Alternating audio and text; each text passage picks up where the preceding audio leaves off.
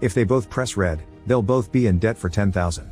Jude and Andy agree that both of them choosing red is the easy answer. However, Andy remembers that Jude owes Henry $9,000 and is worried he may betray him. Jude is insulted that Andy would think that after so many years of friendship and mocks him for his affair, so they end up arguing for several minutes. When time finally runs out, they both choose red and get the prize.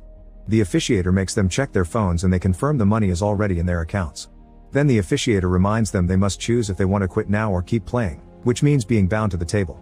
Andy wants to leave but Jude wants to stay, especially when he hears that the next round is $100,000. Since Andy doesn't change his mind, the officiator explains that if they don't play she doesn't get paid, so she gives them a few minutes to discuss this in private. The guys keep on arguing and Jude ends up convincing Andy to play by mentioning his dead mother and pointing out that the money would help his father. The guys go back to the table and the employees take their phones plus their watches while the officiator says it's to avoid any distractions. Then Andy and Jude put their fingers through a strange contraption and metal bars fall on their wrists to bind them to the table. The metal is tighter than expected and Andy finds it creepy, but Jude thinks it's amusing. Next the officiator announces this round is for $100,000. If they both push the red button, they get that amount to share equally but they'll also lose a finger.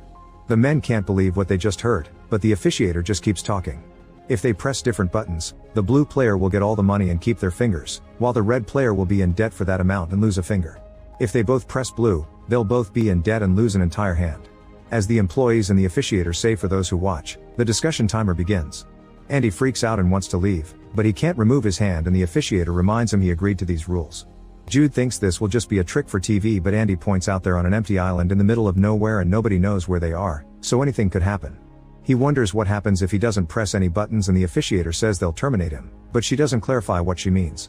When Jude tries to calm his friend down again, another argument ensues and they start insulting each other again while bringing up the subject of the debt and the affair.